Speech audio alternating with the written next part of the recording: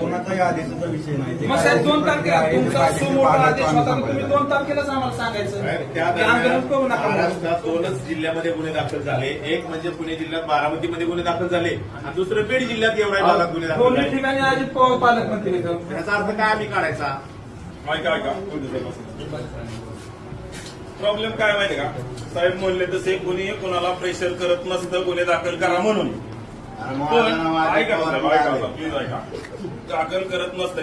माझं नेतृत्व अजितदादा पवार साहेब तर असं काही करतच नाही. पण साहेबांनी तिथं त्यांचे कॅमेरे असताना, त्यांचे पोलीस बंदोबस्त असताना जाणीवपूर्वक माझं नेतृत्व नाना पाटील यांचं नाव त्यातून वगळलं. मी अजितदादांच्या पक्षाचा पदाधिकारी असताना माझ्यावर गुन्हा दाखल झाला आणि याचा नाराजी बारामती परिसरात उमटली. लोकांना वाटलं की अजितदादांनी नाना पाटलांचं नाव काढायला सांगितलं का काय, असं साहेबच म्हणले. असं काही कुणी करायला सांगितलं नाही. पण काळूराम चौधरींनी विधान भवनात दादांच्या विरोधात तक्रार केली.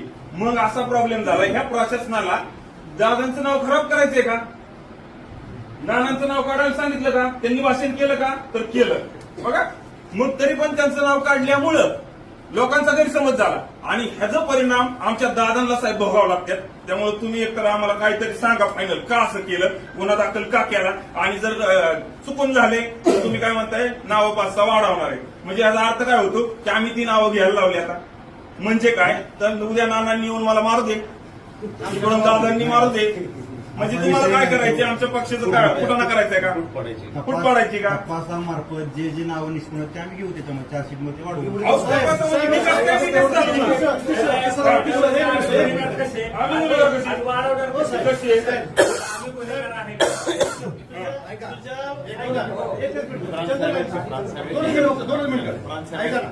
एक 2 मिनिटं फक्त. विषय काय झाला, आम्ही निवेदन द्यायला त्या निवेदनावरती फक्त दोघांच्या सह्या होत्या.